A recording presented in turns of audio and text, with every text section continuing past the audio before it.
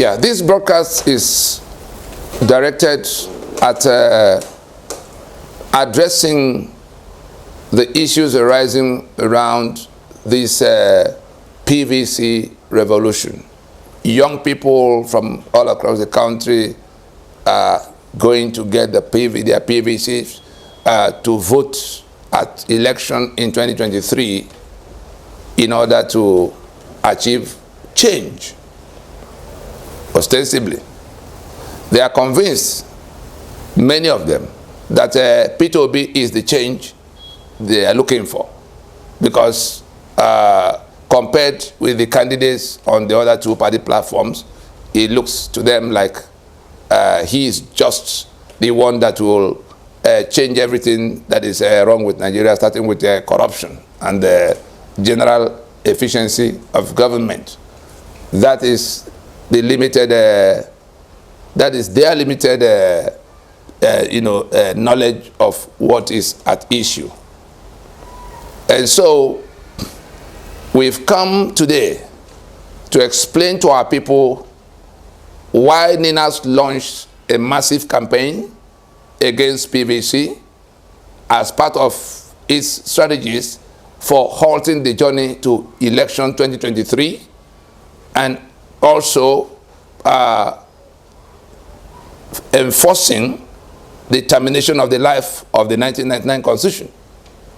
It was the 1999 Constitution, it was the termination of the life of the 1999 Constitution that was the reason for programming the shutdown of elections that will renew the life of that Constitution in 2023, for which reason PVC was targeted as as a point of engagement to get people to, direct their energies at the more important transaction of halting the journey and taking down the Constitution that is the source of all the problems.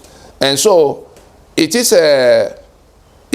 in that, against that backdrop, that we'll be engaging what we think should happen to the revolution, the mobilization of the young people and the populace in general into the political space to help determine what will happen is a very good thing, very, very good thing. But the change that that revolution should target must also be defined, so that we don't go back to the kind of thing that happened when in 2014, 2015, people were shouting change, change all over the place. And people actually got attracted into that campaign, and they went in and voted for change. We have seen that because they didn't define what the change they were looking for. Even at that time, we were telling them that it is not Buhari that is the change, because he's not going to address the source of the problems tormenting them, the constitution that makes them slave in their homelands. They didn't. The noise was, overwhelming, and they went in that euphoria of change. They got the change, but we see what has happened. Again, in 2020, when the NSAS erupted, they wanted the momentum, the energy they brought together. We tried to reach them to explain to them that energy, that momentum should be directed at the base of the problem, the base of the source of the problem that is tormenting them in different ways.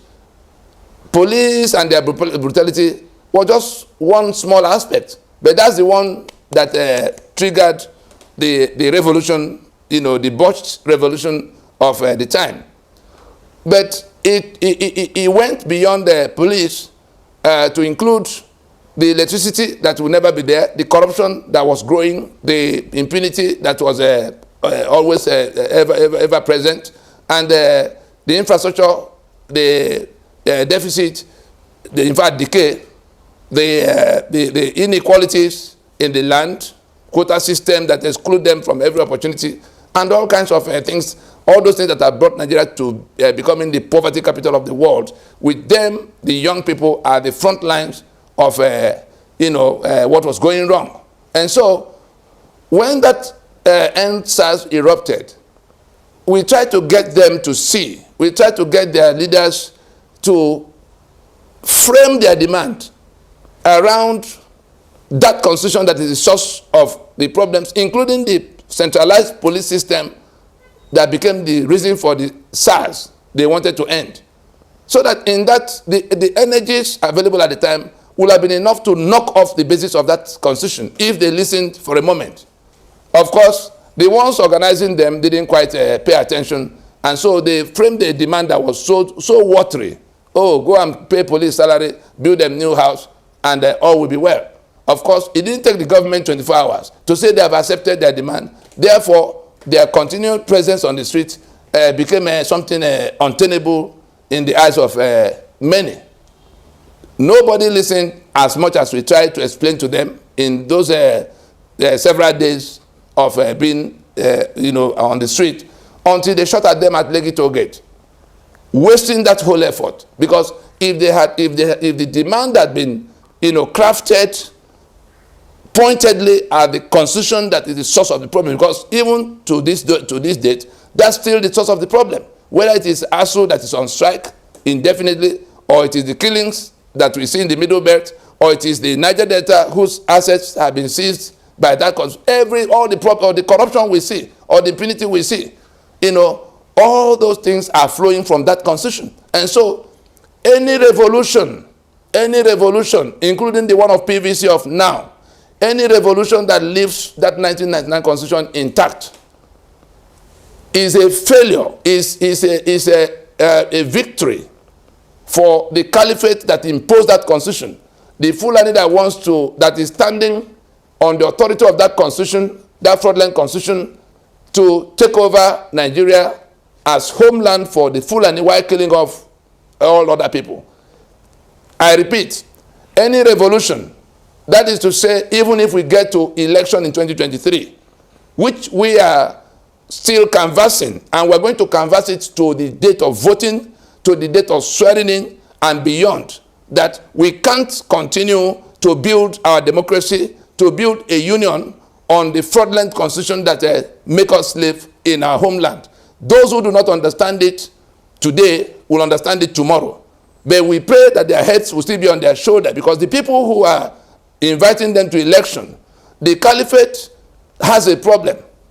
The Fulani, from the time we launched the constitutional force majeure in 2020, December 16th,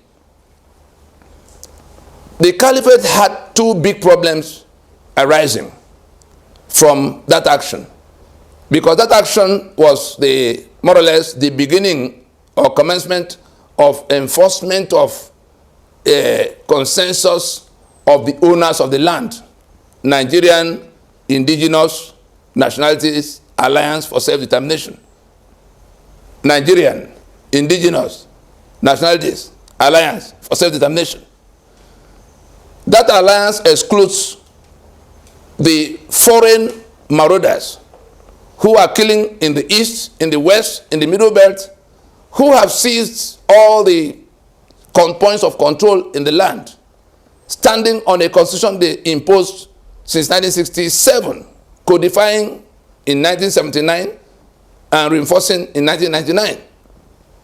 That is the source of all of the things we complain about in Nigeria. And nothing will change, including everything you thought. Nothing will change except that constitution is taken down. Like apartheid constitution of South Africa was the reason for the conditions of the blacks who owned South Africa.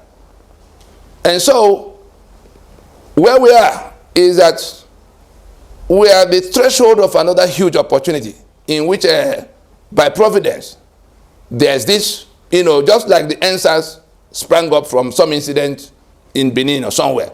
This also has been triggered by the incident of P2B that left PDP, primaries, when we saw the volume of corruption that was happening.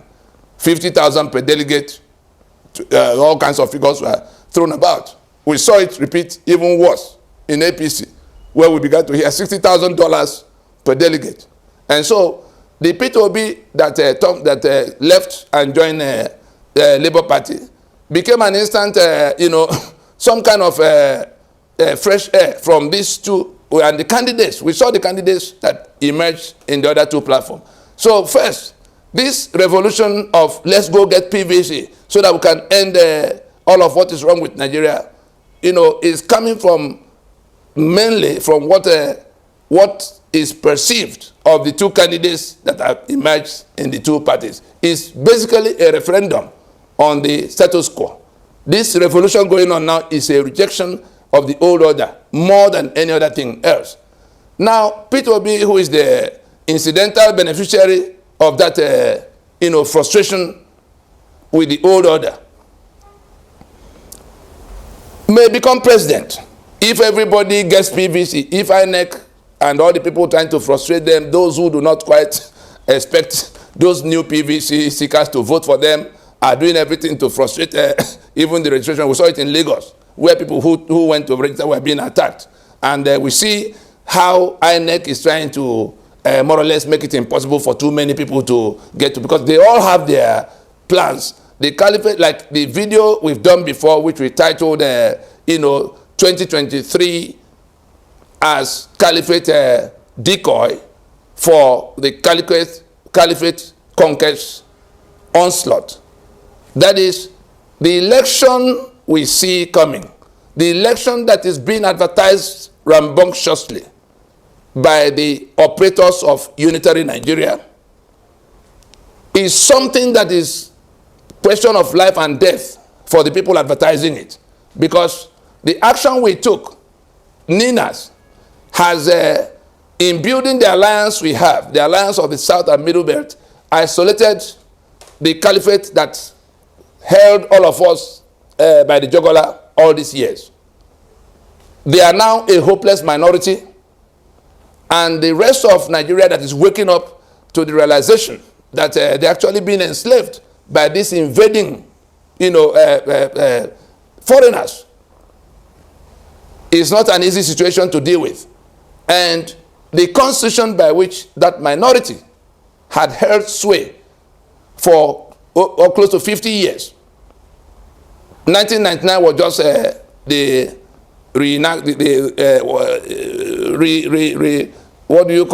things that are brought back from the dead, the reincarnation of 1979 edition.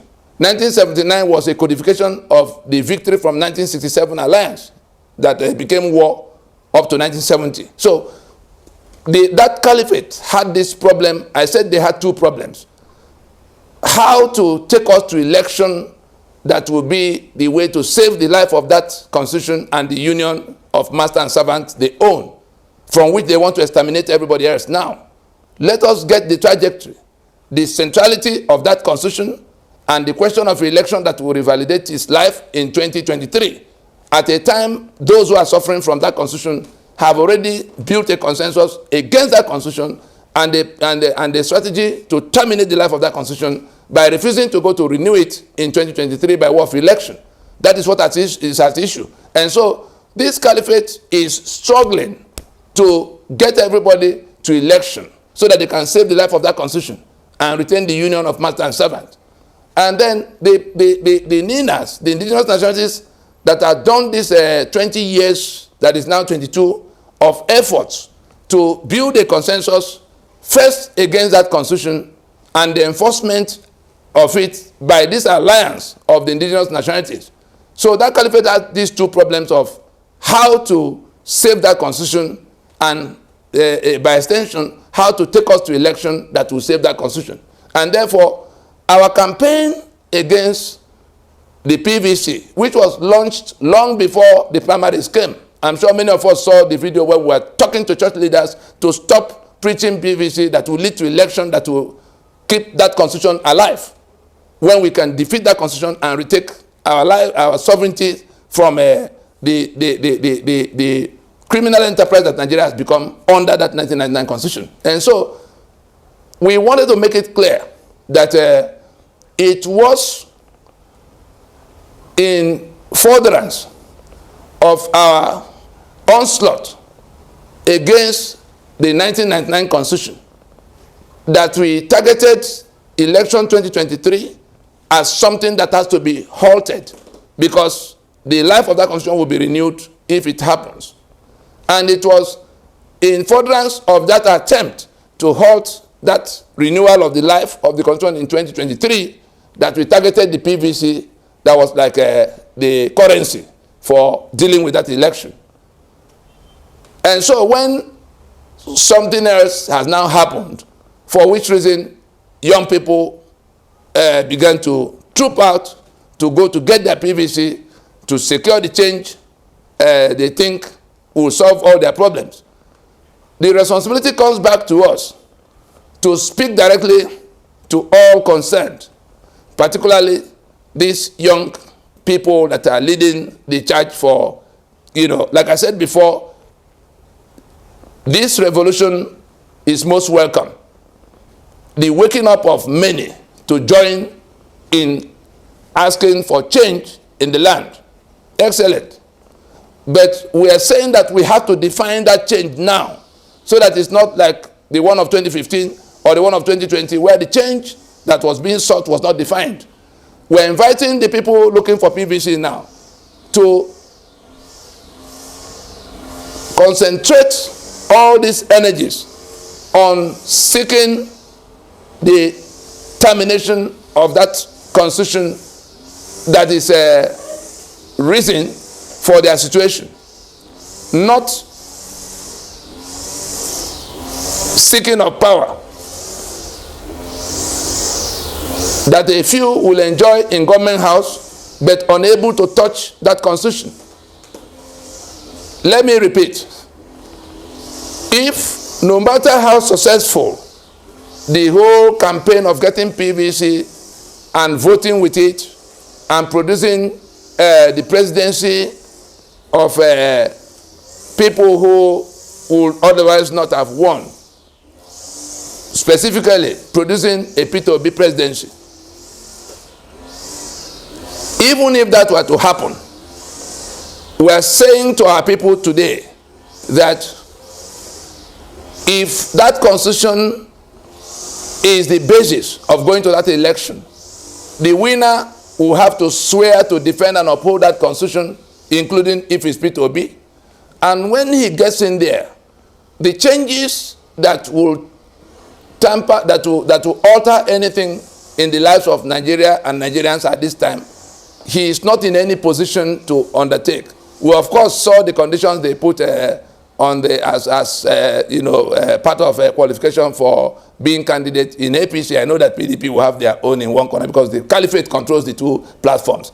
They actually required the candidates, the aspirants, to commit upfront to not touching that Constitution, And so the bottom line is that if elections happen, that Constitution survive. If election 2023 happens under the 1999 Constitution, that Constitution is going to get some kind of fresh lease of life in some way, and it will be victory for that caliphate against all of those who are gathering that PVC now, against the South and the Middle Belt, against all of those who have been slaughtered everywhere, against all of those whose assets have been seized by that Constitution, against all of those who have been yearning for good governance, against all of those who have been crying against corruption. It will be victory of the status quo against all of them. And if for any reason either PDP or APC wins, again, the same thing. The article that may emerge if PDP wins has already shown his hand. I said in a previous video, in a previous broadcast, that we engaged him in 2016. His perception and understanding of restructuring begins and ends with what National Assembly will do.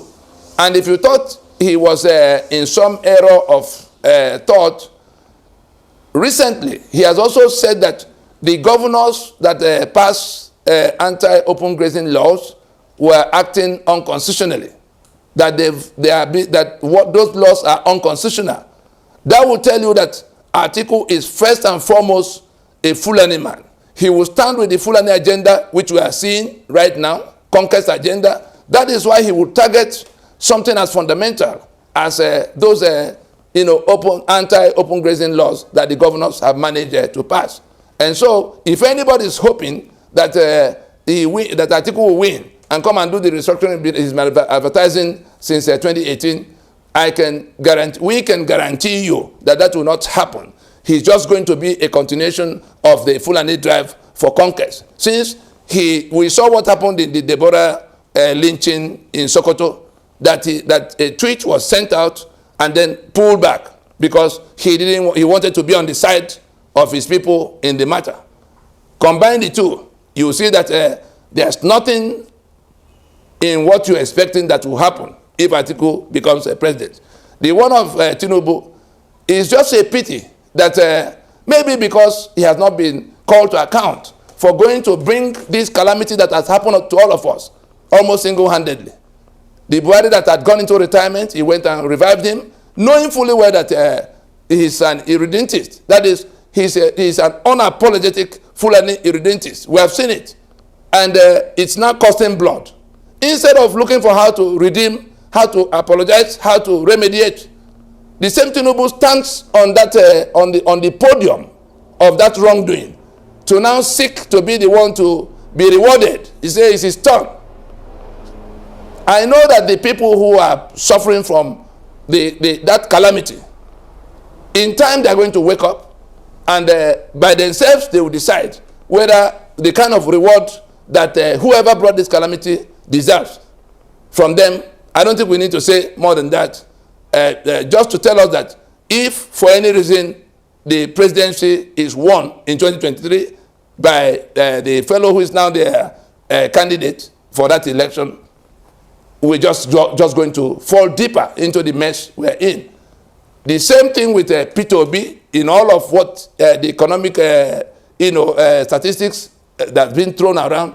The problem with Nigeria right now is first that the union is disputed, is that Fulani is invading, standing on a constitution that tied the hands of the rest of us to the back, and our immediate challenge is how to halt that onslaught that could mean extermination, since they are not hiding their intention of making the whole of Nigeria, the homeland of the Fulani they've invited from everywhere, throwing our borders open, compromising our sovereignty. We see how they're executing that onslaught already. And so if we go and vote and Peter Obi becomes president, he's not going to be able to address the main issue of whether we submitted our sovereignty into this union of debt. He's not going to be able to deal with the question of 36 states because governors will have emerged. He's not going to be able to deal with the question of 68 items on the exclusive list that make it impossible for us to own our assets, to organize our lives, to generate our electricity, to organize our security, to organize our elections. Those 68 items will remain. And if any changes he may want will depend on the people who are coming from this lopsided political structure that Nigeria has become under the 1999 Constitution. So PWB is not going to be able to address the fundamental grievances in the union dispute we have raised, those things that are responsible for the quagmire Nigeria has become for everybody. And so I would think that in the days ahead, the people leading this charge, the Labour Party people, the NSAS network, the Igbo people who now want to participate, and the ethnic nationalities who are refusing to go with the old order. I believe that in the days ahead, there will be need to sit down and understand what we want to solve, the nature of the change we want. We also want change. That's why we want that constitution out of the way. If anybody else wants change, let us discuss so that we don't go in search of the wrong kind of change. Because that is what will happen if we proceed in hoping that election is the answer to our woes. Election will not solve this problem. If we go to election, whatever be the outcome, that constitution will survive and the caliphate will have carried the day. I think we can stop there.